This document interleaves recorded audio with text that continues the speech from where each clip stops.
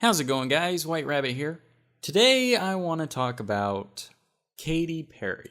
Oh, why am I making this video? Okay, I want to talk about Katy Perry and explain to you guys a little bit as to what it really means when people say Katy Perry is an Illuminati puppet. Okay, we're not actually talking about Katy Perry being in the Illuminati.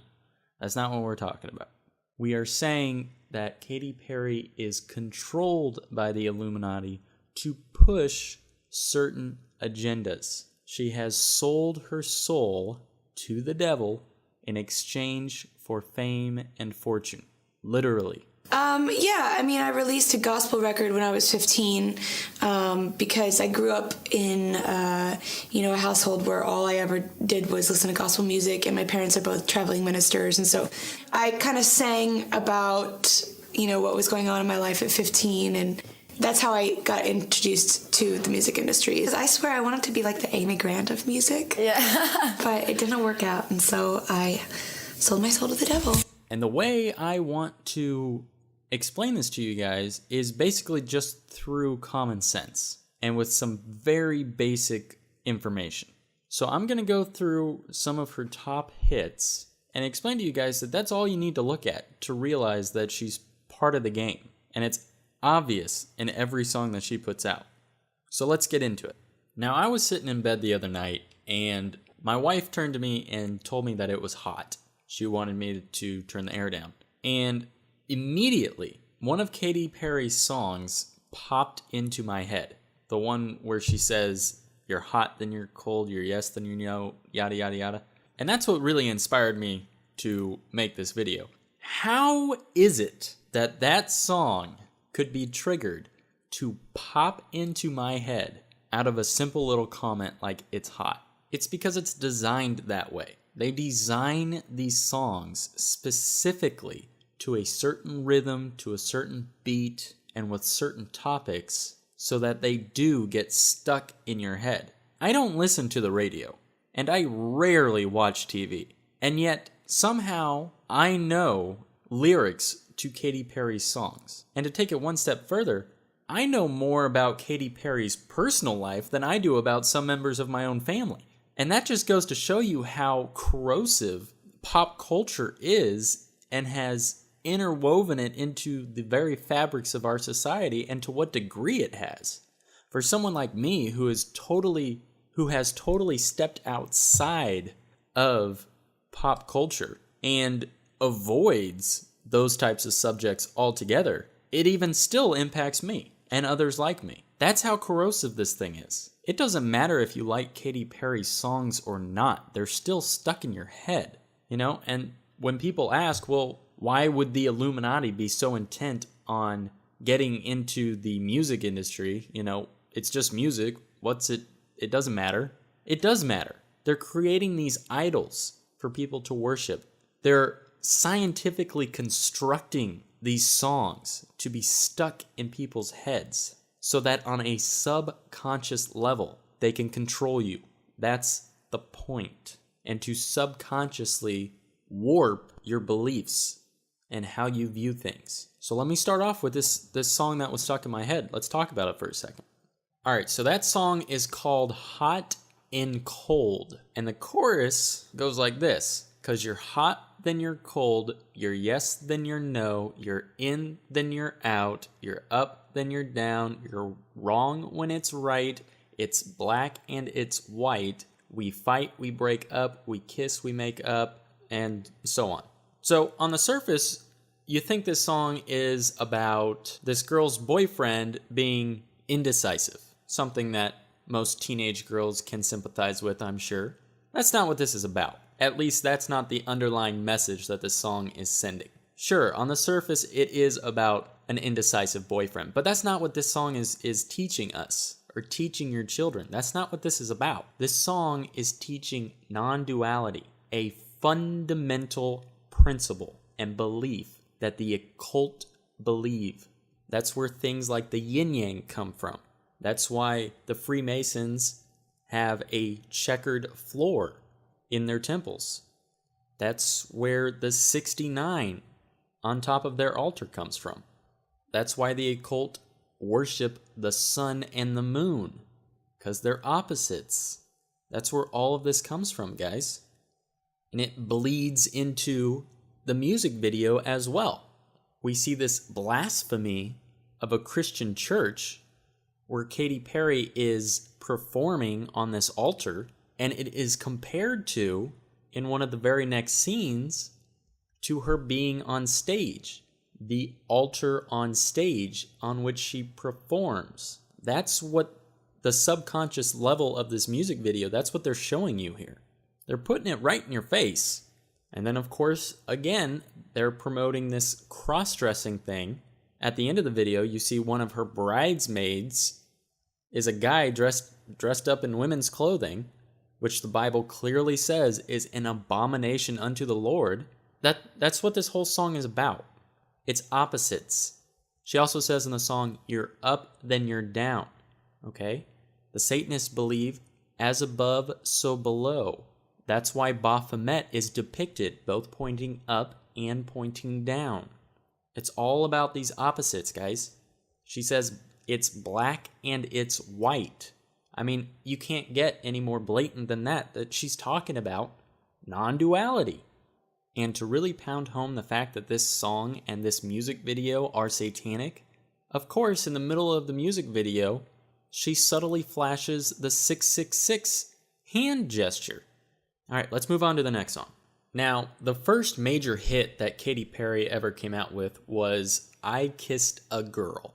So think about that. You have this former gospel singer who enters the pop world with a song called I Kissed a Girl. And this song is clearly pushing the gay agenda. And now look, I don't have anything against people who identify as homosexual, okay? Let me just make that clear now. I have nothing against them. In fact, growing up, I have had many friends who identified as homosexual. And if you think that all Christians view homosexuality like the Westboro Baptist Church views it, then you got another thing coming, because that organization is just as satanic as the Church of Satan, in my opinion. But homosexuality is a sin, and that's something that the Satanists love to push and throw in your face. The Luciferians want you to live a sinful lifestyle. It's a lifestyle of lust. And as far as homosexuality goes, that is a very complex topic that I'm sure I'll make a video about in the future. But for now, just realize that homosexuality is an agenda that these satanic occult elite members are pushing. They're enticing people to fall into that lifestyle. The lyrics of the song go, or the chorus of the song goes like this. I kissed a girl and I liked it. The taste of her cherry chapstick. Now keep in mind, this is a girl singing this song about another girl. Then it goes, I kissed a girl just to try it. I hope my boyfriend don't mind it. So not only are they pushing the homosexuality agenda, but they're also pushing infidelity. You don't think all this stuff affects people on a subconscious level? I mean, just take a look at the divorce rates. Of course it affects people on a certain level. It felt so wrong, it felt so right. What? I mean, it's clear when you really take a step back and examine these songs, her most popular songs absolutely contributes significantly to the overarching satanic agendas that are being perpetuated in pop culture. All right, so now if we look at the music video, not only are we getting the obvious lustful connotations that this music video is clearly outlining and the provocative nature of this music video, I mean, that's typical. But let's look at the deeper meaning behind this music video. Keep in mind, this is Katy Perry's first big major hit, okay? This thing is laced with connotations of MK Ultra mind control and Illuminati puppetry. I mean, it's laced with it. And I'll let you guys do your own research on MK Ultra and that sort of thing, but just keep in mind that there are 3 things that you look for, particularly in music videos and photo shoots, that clearly illustrate that somebody is under the influence or is manipulated by the Illuminati or are MK Ultra victims. And those three things are butterflies / bows, and particularly with women, kitty cats or cats of some kind. This video, again, her first major hit, what a coincidence, is laced with these things. And to top it all off, she very subtly and very quickly, in the middle of this music video, flashes the one eye symbolism 3 times in a row. And of course, just shortly after she does that, she gets to the lyric in the song where she says, "You're my experimental game, just human nature." Okay, so we have this experimental element to it. It's not what good girls do, not how they should behave. Okay, so manipulating one's behavior. And this is where it gets really obvious. She says, "My head gets so confused, hard to obey." I mean, come on, people. It's so obvious just from her first big hit. She is a complete and total victim. She is an Illuminati puppet. All right, let's move on to the next song. One of Katy Perry's most satanic songs is called Dark Horse. And what I want you guys to realize is that that song is about Lucifer. And it's so obvious. I don't know how people don't realize that. And you hear people and you see people in the club, I'm sure dancing and singing along to it, being all merry and totally giving in to the song. And they don't have any idea what they're actually talking about. They're talking about Lucifer and the Antichrist. In the beginning of the song, the lyrics go, "I knew you were gonna come to me, and here you are, but you better choose carefully, 'cause I'm capable of anything and everything. Make me your Aphrodite, make me your one and only, but don't make me your enemy, your enemy, your enemy." Guys, this is talking about Satan. And what happens is when Katy Perry is on stage performing this song, and you have the entire crowd before her holding up these rock gestures that are really the Baphomet horns and are singing along willingly, saying these words and invoking spirits. That's what's going on. They're inviting Lucifer into their lives. They're conjuring up demons. I'm not making this stuff up. This is what is really happening. That's why the Bible says that we are in a spiritual war. This isn't a battle of the flesh. This is a spiritual one. The song goes on to say, "So you want to play with magic? Boy, you should know what you're falling for. Baby, do you dare to do this? 'Cause I'm coming at you like a dark horse." A dark horse. The 4 horsemen? Antichrist? Come on. Are you ready for a perfect storm? 'Cause once you're mine, there's no going back.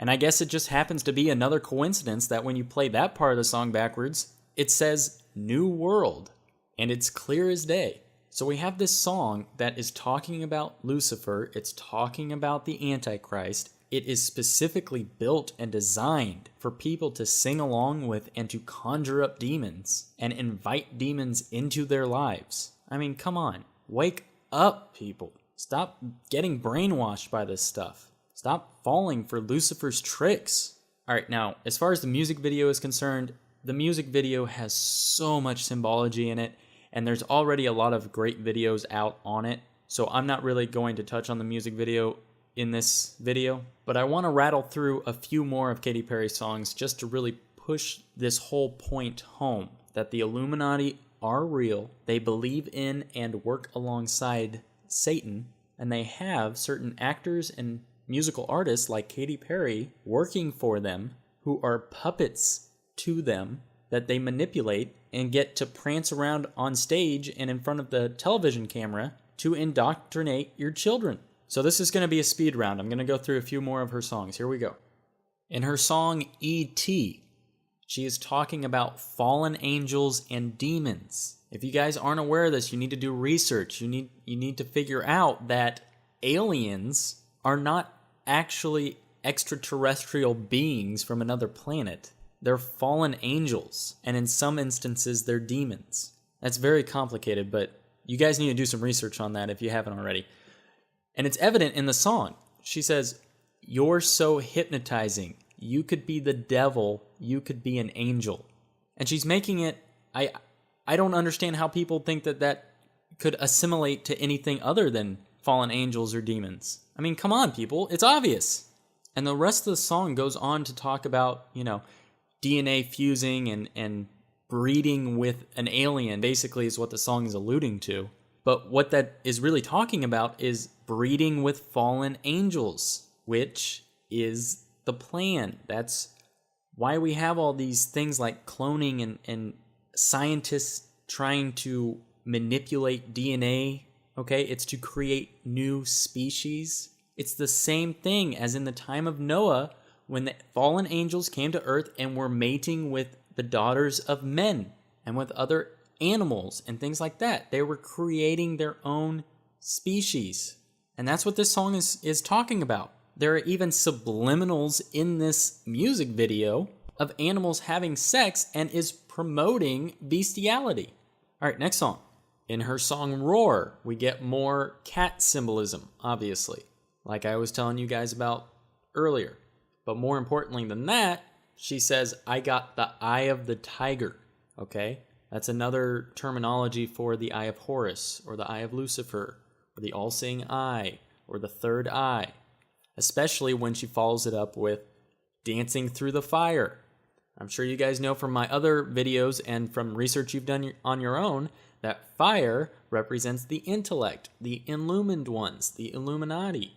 And we have this whole song featuring cats, and lions and tigers, and we have her talking about the eye of the tiger and dancing through the fire. She's talking about her being bogged down and controlled by the Illuminati. Oh, and let's not forget, we get more symbolism of MK Ultra mind control in the part of the song where she says, "I'm floating like a butterfly." There's the butterfly. Okay, next song. This Is How We Do. This song is really just about encouraging kids to be irresponsible and is promoting, yet again, a lustful lifestyle. There's a line in there about astrology, but there's also a line that says, "Shout out to all the kids buying bottle service with your rent money." Believe it or not, this is an encouraging thing for kids to hear. They hear these things on the radio, and subconsciously they start behaving this way. Another line in the song talks about people who go to bed with a 10 and wake up with a 2. Again, promoting promiscuity. The most destructive part of this song, though, I think, is the fact that it's the main chorus. It talks about "this is how we do." And the overarching theme of the song is one of carelessness. And it talks about how it's no big deal. It's no big deal. It's no big deal. This is no big deal. It says that multiple times in a row. And again, this is a subconscious thing. It's getting people to a point where they don't care about things. This music video looks like a bad acid trip to start off with, but there's two things I want to point out. One, her hair is in the shape of 2 cubes. That's Saturn symbolism. And 2, one of the shirts that one of the backup dancers is wearing in this scene has 3 eyes on it. A smiley face with 3 sixes that make up a smiley face in the 3 eyes. That's 666, the mark of the beast. Third eye symbolism, the eye of Horus, the third eye. Next song. All right, now I'm going to go ahead and close this video out with her song Wide Awake. Now the title alone should raise bells for you guys. Wide Awake, okay? It is simultaneously referring to the Illuminati, who are the illumined ones, who are the ones who are enlightened, the ones who are awake to what is going on around them. And it's also a jab at the people who are asleep, the average sheeple. Do you get it? Now, the lyrics in this song also have a lot of symbolism to them, but what I want to really focus on is the music video, because the music video is ridiculous. All right, so the music video starts out where she is dressed like a witch.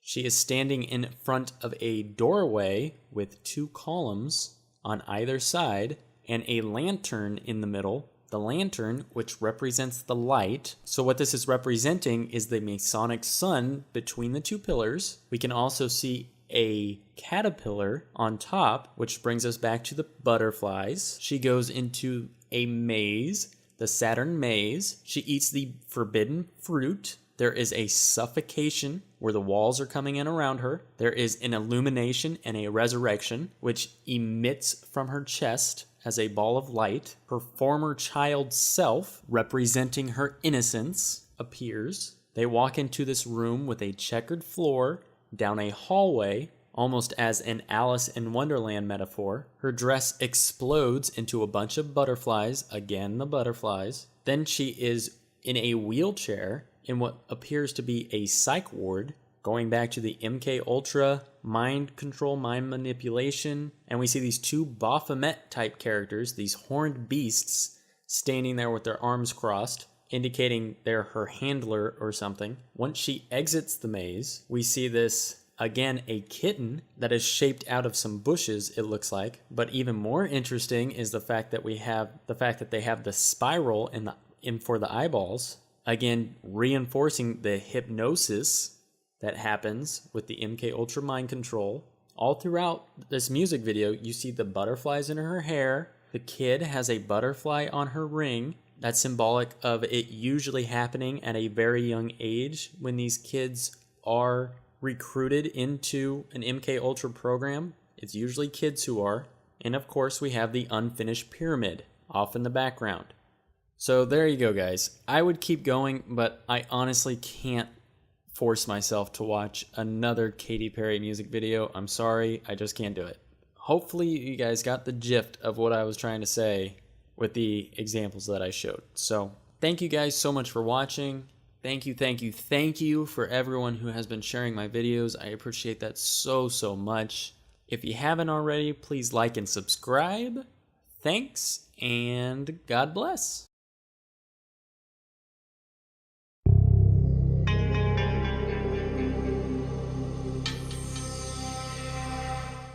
How's it going, guys? White Rabbit here. Today I want to talk about Katy Perry. Oh, why am I making this video? Okay, I want to talk about Katy Perry and explain to you guys a little bit as to what it really means when people say Katy Perry is an Illuminati puppet. Okay, we're not actually talking about Katy Perry being in the Illuminati. That's not what we're talking about. We are saying that Katy Perry is controlled by the Illuminati to push certain agendas. Has totally stepped outside of pop culture and avoids those types of subjects altogether. It even still impacts me and others like me. That's how corrosive this thing is. It doesn't matter if you like Katy Perry's songs or not. They're still stuck in your head, you know? And when people ask, well, why would the Illuminati be so intent on getting into the music industry? You know, it's just music. What's it? It doesn't matter. It does matter. They're creating these idols for people to worship. They're scientifically constructing these songs to be stuck in people's heads so that on a subconscious level, they can control you. She has sold her soul to the devil in exchange for fame and fortune. Literally. Yeah, I mean, I released a gospel record when I was 15 because I grew up in, a household where all I ever did was listen to gospel music, and my parents are both traveling ministers, and so I kind of sang about, what was going on in my life at 15, and that's how I got introduced to the music industry. I swear I wanted to be like the Amy Grant of music, but it didn't work out, and so I sold my soul to the devil. And the way I want to explain this to you guys is basically just through common sense and with some very basic information. So I'm going to go through some of her top hits and explain to you guys that that's all you need to look at to realize that she's part of the game. And it's obvious in every song that she puts out. So let's get into it. Now, I was sitting in bed the other night and my wife turned to me and told me that it was hot. She wanted me to turn the air down. And immediately, one of Katy Perry's songs popped into my head. The one where she says, "You're hot, then you're cold, you're yes, then you know, yada, yada, yada." And that's what really inspired me to make this video.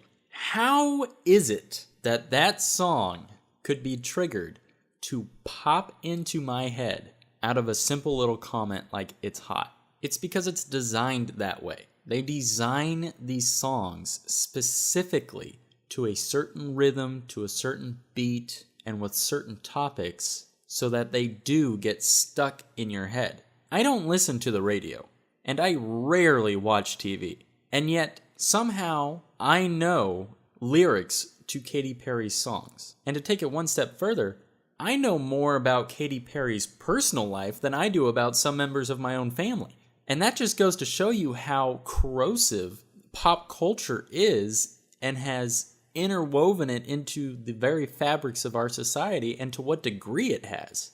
For someone like me who has